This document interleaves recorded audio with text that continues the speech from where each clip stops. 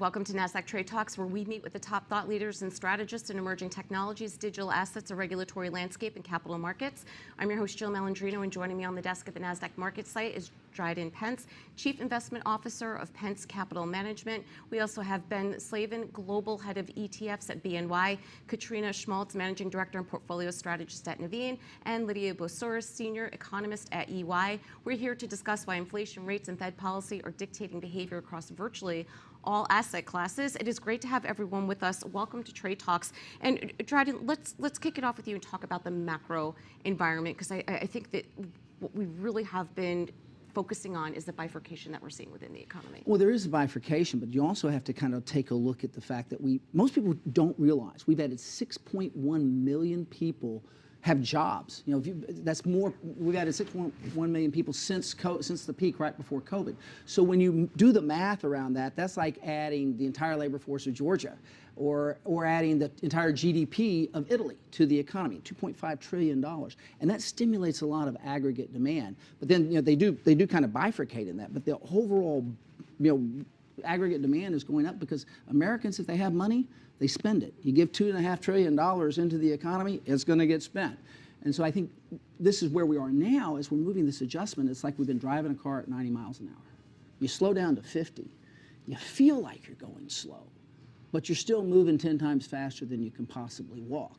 And so you've got this moment where it's a slowing of the economy, and people may feel like they feel the difference, but it's really not a bad situation. It's just moving from toward pace to sustainable pace. And I think that's one thing that we've got to pay attention to. You know, but we know household excess savings, it's quickly trending below since, the excess savings that we saw during the pandemic. But I think it's the way that consumers are perceiving the economy relative to the data that's being presented. It's two very different worlds. They're not feeling that good about it. Well, look, I think it's a great point what you just raised in that, what we see is a market dynamic that's slowly shifting, and we're seeing that play out in the data. Now, if you look at, for example, the ETF market, we've seen over 320 billion come into ETFs. Actually, it's on pace for second all-time with over 800 billion if it plays out for the rest of the year. But what you're seeing is that money come across all asset classes, and some of the positioning shows that advisors and the retail investors are also trying to position themselves in this environment. I think on one side, you saw a lot of cash come into money market funds over the past year or two. Some of that money may come off the sidelines, but at the same time, the data that we're seeing shows that, really that household savings rate is starting to come down. So there's a, really question about where that money is going to go. But we're also seeing, again, a lot of movement and some volatility in those rate-sensitive ETFs that are really obviously prone to watching what the Fed is going to do and those expectations going into the end of the year for sure. Yeah, and Katrina, you sit on a multi-asset portfolio construction team, so you're seeing this across a number of asset classes. Yeah, absolutely.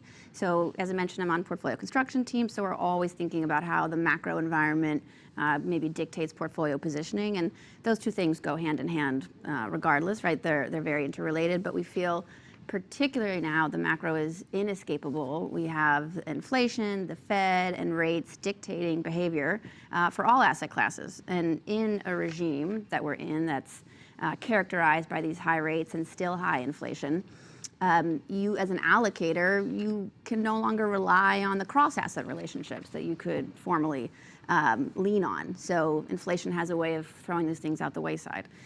So that's another way you have to adjust your portfolio construction. And then the third way is that this environment with just high interest rates, certainly high rates, inflation as well, but really high rates, creates winners and losers. It creates market dispersion, it creates bifurcation in the economy, but just some year-to-date numbers, we have U.S. large cap growth up 16%, we have U.S. small value down 3%, we have tech up, obviously, we have utilities up double digits as well.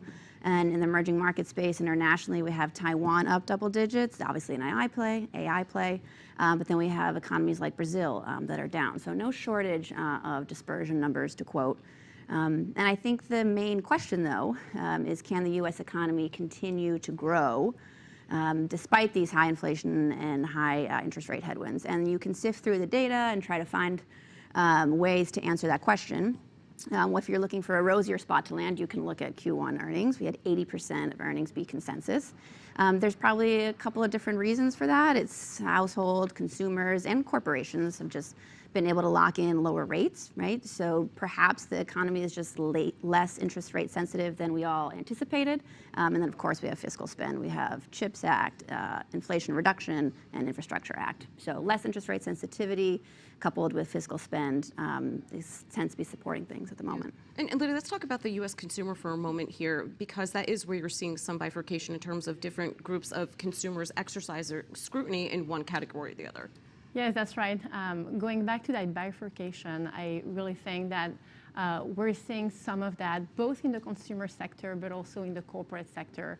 When we look at the consumer side, we are seeing more signs of strains in lower income households but also younger households, and it's really a reflection of the fact that this tightening cycle and the fact that we have still elevated inflation, you were talking about inflation perception, still high interest rates, this is being felt more by lower income households and more fragile households, financially speaking.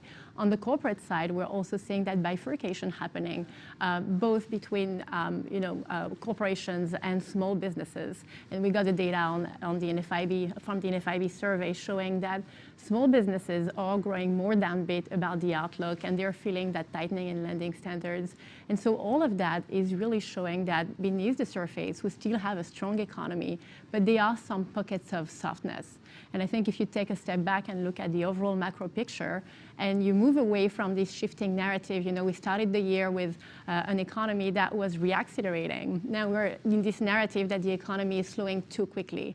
Really, what we are is in an economy that's gradually decelerating. We have consumers, lower income consumers, that are becoming more cautious with their spending, more selective with their spending. We have companies also becoming more increasingly cautious with hiring and investment decisions. And that's going to continue to put downward pressure on inflation. I think it's important to keep in mind that we are still in a disinflationary environment, and that, if you look at the next 6 months, we're likely to remain on that gradual disinflation path. Despite the bumpiness in inflation in the first quarter of the year, I do think that we're going to continue to move in the right direction because the labor market has rebalanced. We're seeing signs of softness beneath the surface, and because consumer demand is also softening. And so this is, in general, more supportive of disinflation going forward. Right. We think about how the Fed is developing their policy around this, Dryden. There's a couple of things here. We went into the beginning of this year with perhaps 6 to 7 rate cuts. It never happened. The market has improved on fundamentals, as to Lydia's point about earnings. But with the consumer lower end particularly, they're struggling because they're accessing more debt. Interest rates are higher. Higher end consumer, higher interest rates means more savings, right? More rate on their savings. But the fact of the matter is, even if the Fed comes in and cuts once or twice, 3 times, I don't think anyone's pricing in 3 times, are those 25 to 75 basis points really going to move the needle for consumers that are struggling? Because when you talk about disinflation, using round numbers, if inflation has not gone up 0% year over year, they're still thinking, well, things are 20 to 25% more expensive pre-COVID. I mean, we see it everywhere. So you have to think, from the consumer perspective, the dollar's not going as far as it used to. No, a 25 basis point cut or 50 basis point cut, you get 2 or 3 or whatever. Right. It's not going to make a big change to someone who's paying 15% on their credit card. Mm-hmm. And so when you look at that, it's kind of this situation of the bifurcation of the consumer. I think the lower part of it, they're being more affected dramatically by inflation, and they have been, but we talk about inflation being at least more stable. It's directionally correct, but the easy work's been done. 9 to 3 is a heck of a lot easier than 3 to 2.5, and we think that's going to take a long time. But the other side of it is, if you go back to 1971, we've spent over half our lives with inflation over 3%. And we did okay. We had an economy that grew at about 6%. We had a stock market that compounded at about 7.5%. So it's just we have a recency bias of 1 to 2% inflation. We have an actual longer term bias of an economy that worked actually reasonably well at about a 3%. And I think that's one thing that everybody's dancing too much on the head of the Fed's pin. And 25 basis points, 50 basis points, it's not going to make that big of a difference. But what's important to consumers is they have a job, and they had the ability to work and make income, and we're seeing some stability in wage rates. So I'm not as gloomy as everybody else is. I think 50 miles an hour is pretty good if we can get to a sustainable pace in the economy. Well, and maybe a great point, recency bias. I think that's really what the challenge is then. Yeah, and certainly this is something we've seen play out around the world as well. And Americans hate inflation for sure, but this is something that we've seen, for example, in Europe. And again, to the point earlier, we've seen inflation start to cool in Europe. In fact, the ECB just started to cut rates. And honestly, we've started to see some investors, again, positioning around that. And we've seen the sentiment in at least European equities start to turn positive. But again, some of the same sentiment that we're seeing here, but playing out again around the world. I agree that I think there's too much focus on that first rate cut. I think this is something that's happening.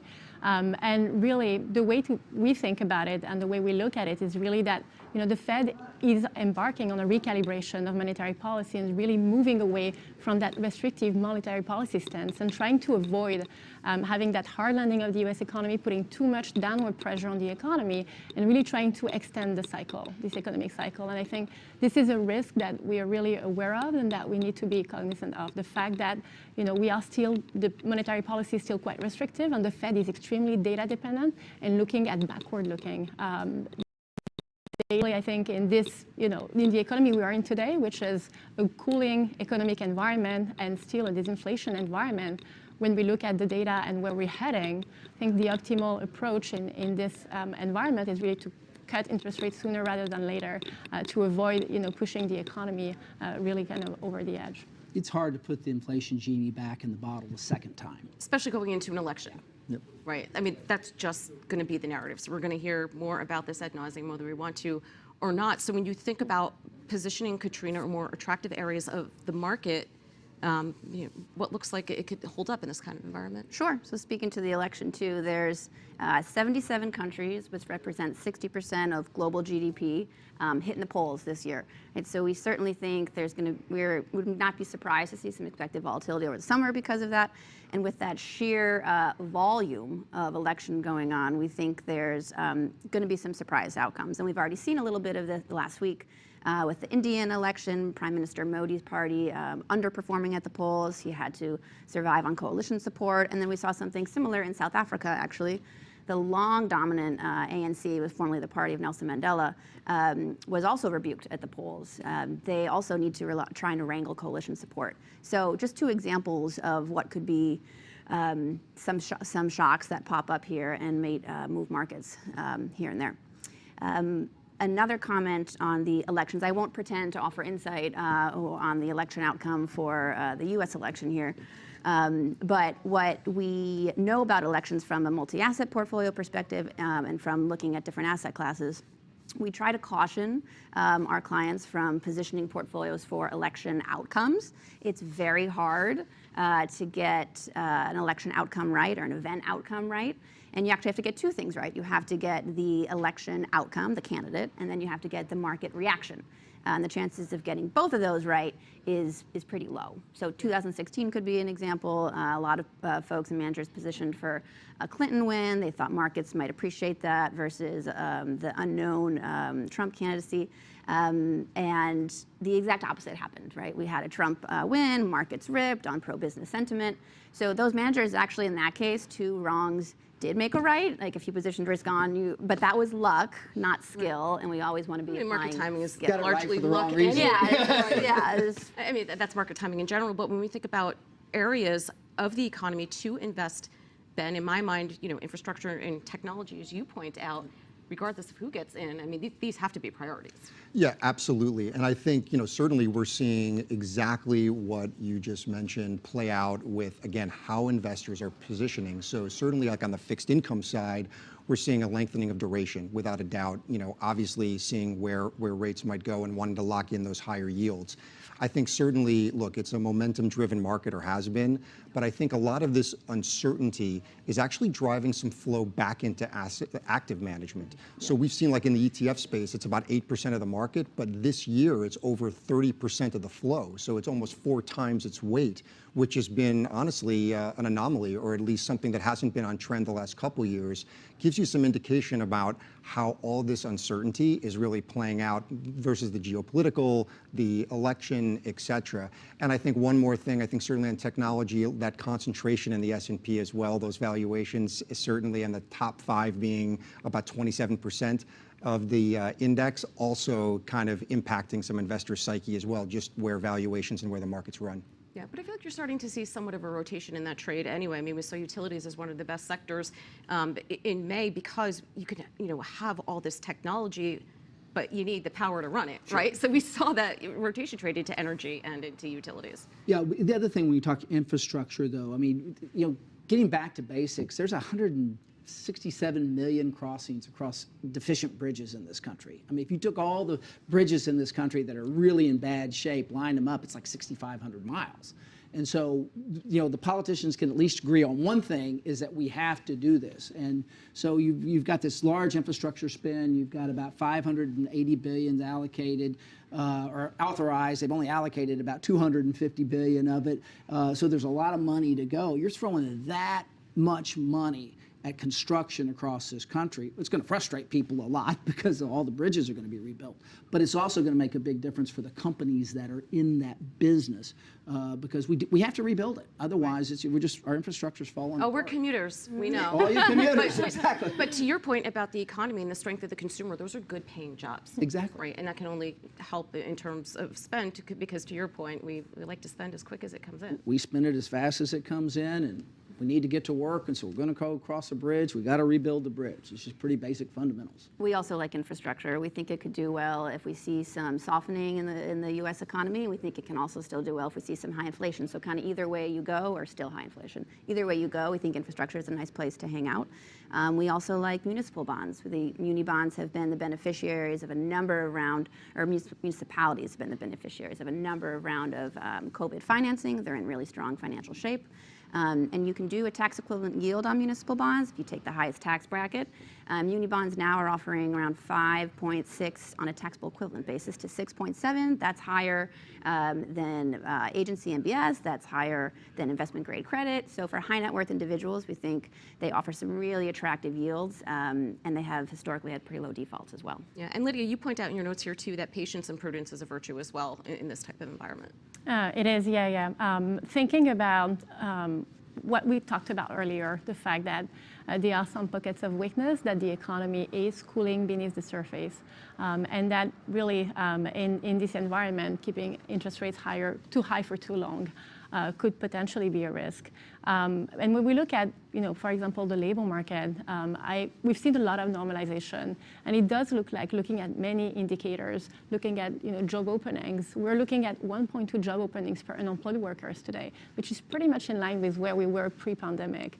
We're looking at people quitting their job at a lower pace than before the pandemic.